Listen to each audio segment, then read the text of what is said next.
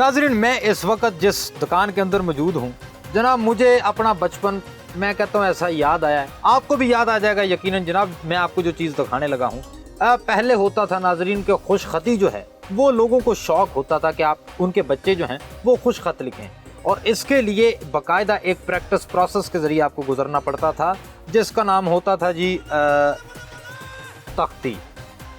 तो जिन्होंने तो तख्ती लिखी है उनकी हैंड राइटिंग बहुत अच्छी है, आज तक मैं यकीन से कह सकता हूँ।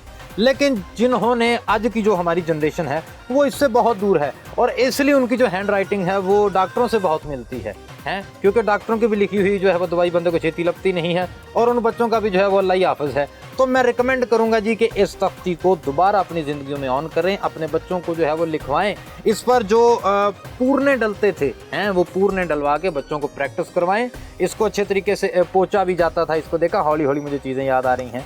इसको पोंछा जाता था गाची के साथ, फिर सुखाया जाता था, उसके बाद इस पर पूरने डाले जाते थे, फिर दवात से और कलम से इस पर लिखा जाता था। अब इतने प्रोसेस के बाद, इतनी मेहनत के बाद जब आप लिखते थे तो आपकी राइटिंग क्या कहने, आहिस्ता आहिस्ता खूबसूरत से खूबसूरत तरीन होती जाती थी। लेकिन आज माशाल्लाह हम स्टार्ट करते हैं थोड़ी देर कच्ची पेंसिल से, और उसके बाद हमारे हाथ में थमा दिए जाते हैं पॉइंटर, बॉल पॉइंट, तो पता नहीं की कुछ। लेकिन ये कमाल की चीज़ है नाजरीन। ओए होए, इसे दोबारा देख के मेरी आंखों में अथरू आ गया। नाजरीन, आपने देख तो लिया होगा कि इस वेले मैं कहाँ मौजूद हूँ, आपको नज़र तो आ गया होगा। जी बिल्कुल नाजरीन, मैं उस जगह पे मौजूद हूँ जिसके बगैर हर बच्चे के मोढे अधूरे हैं, जिसके बगैर मैं कहता हूँ कि कोई बच्चा स्कूल नहीं जा सकता, बल्कि जाना ही नहीं चाहता। और बच्चे की अवलीन पसंद वो क्या होती है, वो होती है जी सोना बस्ता। तो जनाब ये है वो बस्ता जिसे किताबों का लहाफ भी कह सकते हैं। मैं उर्दू बाज़ार में आके कुछ ज़्यादा उर्दू नहीं बोल रहा, हाँ बिल्कुल ये कसूर नहीं है जी, ये इस बाज़ार का मामला है कि उर्दू निकलती आ रही है। तो नाज़रीन, ये है वो बस्ता जिसमें छोटे बच्चों का सारा जहां है बस्ता। इस पे मुझे एक बात याद आ गई, आपसे मैं शेयर करना चाहूँगा कि बस्ता बस्ता वो मेरी हस्ती का सामा हो गई।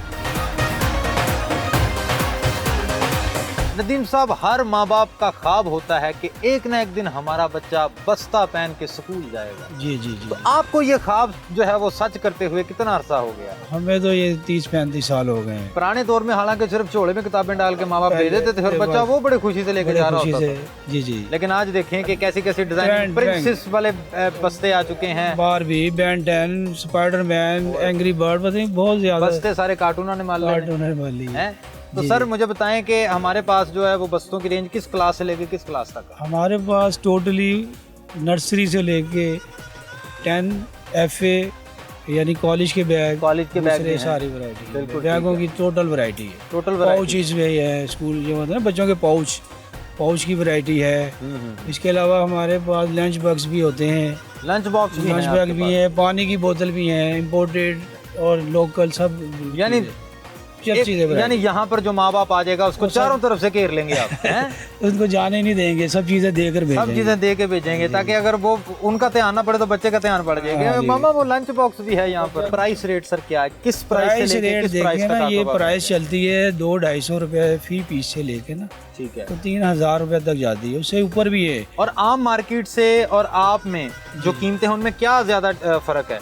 यानी एक बंदा जो अपने घर के करीब जो उसके बाजार है वहाँ से बैग लेता है, और जो बंदा यहाँ आकर उर्दू बाजार में आपसे लेता है, बाजार में लेता है, हमारा जाहिर है होलसेल का है जी, तो हम उसको बड़ा बेनिफिट देते हैं, होलसेल प्राइस ही लगा देते हैं एक पीस पे। यानी मिसाल के तौर पर अगर बाहर से 1000 रुपए का बैग है, वही बैग आप कितने का देंगे? यहाँ से हम 700-800 रुपए का देंगे। हमारे एक जुमले पे आपने एक बात की थी, बस्ता बस्ता वो मेरी हस्ती का सामा हो गए, वो असल जुमला क्या था?